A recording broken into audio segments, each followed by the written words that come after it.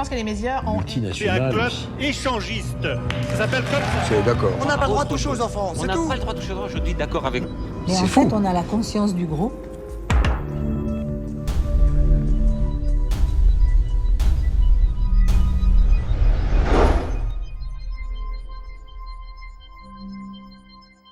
Bonjour et bienvenue à une nouvelle capsule de vérité. Raël, vrai ou faux? Le thème cette fois-ci, c'est l'endoctrinement. Nous sommes souvent accusés d'endoctriner les membres du mouvement raélien. Après 9 mois d'infiltration, on avait ce qu'il fallait. Il s'agissait d'exposer la manipulation psychologique, les stratégies d'endoctrinement. On va maintenant vous montrer le cheminement de 2 personnes avant de découvrir le livre qui dit la vérité, pendant qu'ils étaient raéliens et ensuite quand ils ont décidé de quitter. La première impression que j'ai eue, c'était une impression de sincérité. À l'époque, j'étais un petit peu paumé, sans aucune ambition, sans aucun projet pour ma vie professionnelle. Et subitement, j'avais quelque chose d'énorme qui s'ouvrait à moi. Ma vie prenait un sens qu'elle n'avait pas jusque-là. Le but, c'était d'aider le dernier des prophètes. Un peu comme un chrétien, d'être l'apôtre de Jésus. C'était devenu le projet de ma vie, quoi. Le très paumé, mal dans sa peau, il découvre quelque chose qui donne un sens à sa vie et il est heureux. Moi, personnellement, c'est sûr que ça m'a décoincé, puisque avant d'être raélien, j'étais un adolescent très renfermé, avec une grosse carence affective. Donc, c'est clair que ça m'a beaucoup décoincé. À 2 reprises, le bien-être, on le voit, c'est évident, que le mouvement raélien lui a apporté dans sa vie. Et comment ça se passe à partir du moment où il décide de ne plus être raélien, puisqu'il est libre d'être et de quitter comme il le veut, comme tous les membres d'ailleurs. Il m'a volé 33 ans de ma vie. C'est difficile à admettre. Qu'est-ce que j'ai fait de ma vie? Qu'est-ce que j'ai fait des 33 ans qui viennent de se passer? Et qu'est-ce que je vais faire du reste de ma vie? C'était soudainement un vide existentiel. Il n'y avait plus rien qui continuait à me donner envie de vivre. Damien, ce que je perçois, c'est qu'il a été malheureux avant de rencontrer les gens du mouvement raélien, de découvrir une nouvelle philosophie, de s'investir pour quelque chose qui est plus grand que lui. Et quand il décide de quitter, c'est le vide total, parce qu'il n'a plus de philosophie.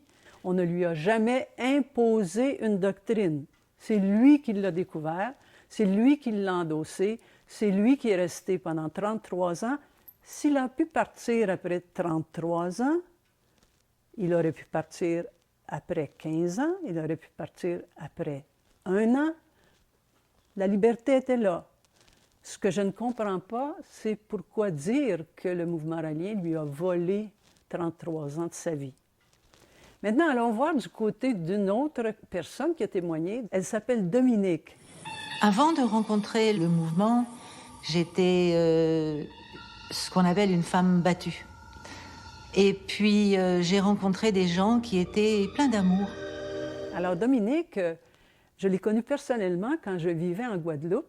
Elle vivait à ce moment-là avec un homme qui l'abattait et on avait donné un stage d'éveil en Guadeloupe à la résidence du président.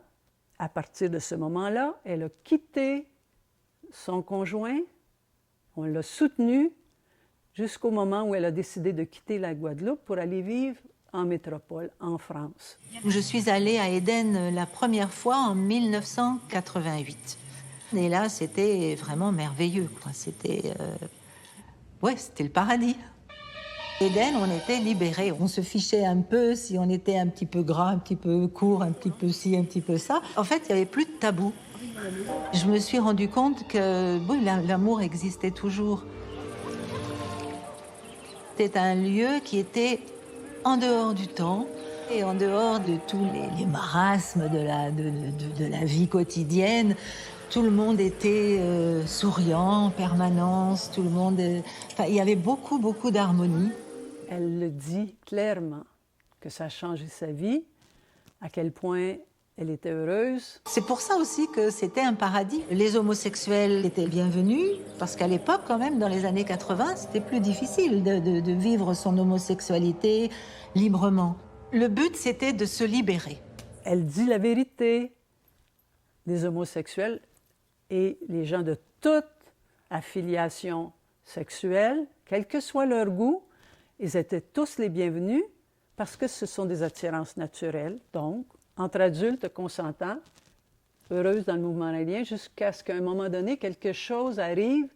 Quand j'ai découvert l'article de Playboy, c'était plus possible. On a beau nous dire, vous êtes libre, vous pensez par vous-même, vous avez votre libre arbitre, mais en fait, on a la conscience du groupe et on n'a pas de libre arbitre. La conscience d'un groupe ne peut exister que grâce à la conscience des individus qui font partie de ce groupe. Maintenant, si Dominique n'est plus d'accord avec, pour quelle que soit la raison, si elle ne veut plus faire partie du groupe, il ne faut pas blâmer les autres et dire qu'il n'y a plus de conscience. Il faut prendre ses responsabilités. Raël lui-même va nous parler de l'endoctrinement. You're not here by chance. Vous n'êtes pas ici par chance.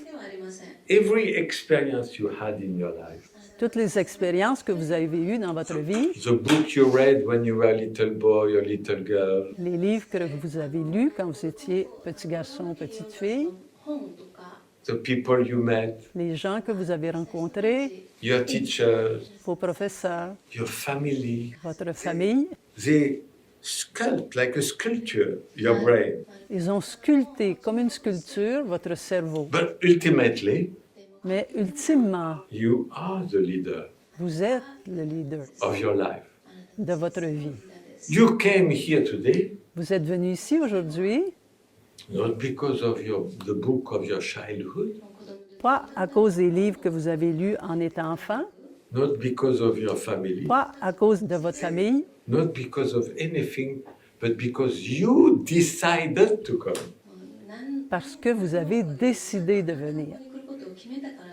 You are responsible Vous êtes responsable for your choice. de vos choix. Always have been, Vous l'avez toujours été always will be. et vous le serez toujours. You're the captain of your life. Vous êtes le capitaine de votre vie. See your life like a ship on the ocean. Voyez votre vie comme un bateau sur l'océan And you are the captain. et vous êtes le capitaine. Will you go right?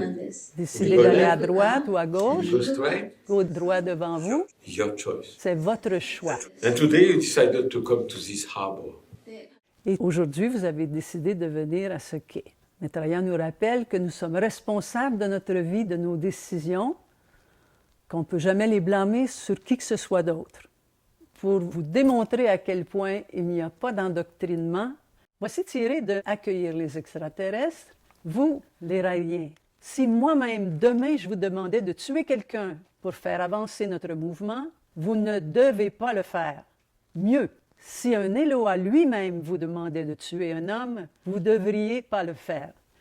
Quand un chef spirituel vous dit « Ne m'obéissez pas si je vous demandais de faire quelque chose qui va contre votre conscience, ne m'obéissez pas et n'obéissez pas non plus si c'était un Éloa qui vous demandait de faire quelque chose comme ça. » Est-ce qu'on peut dire que ce chef spirituel fait de l'endoctrinement quand lui-même dit « Ne m'obéissez pas ».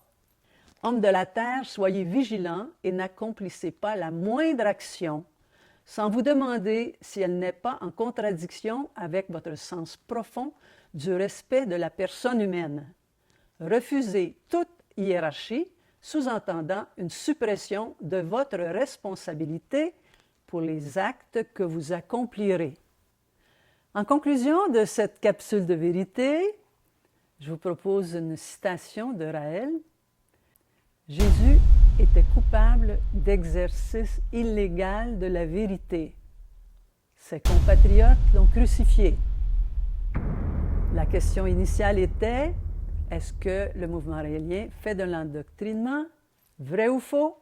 À vous de décider.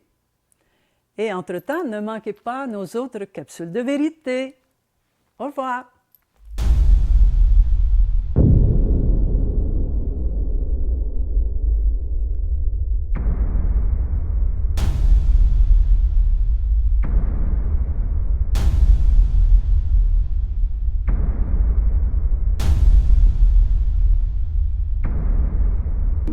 À quoi sert la vie?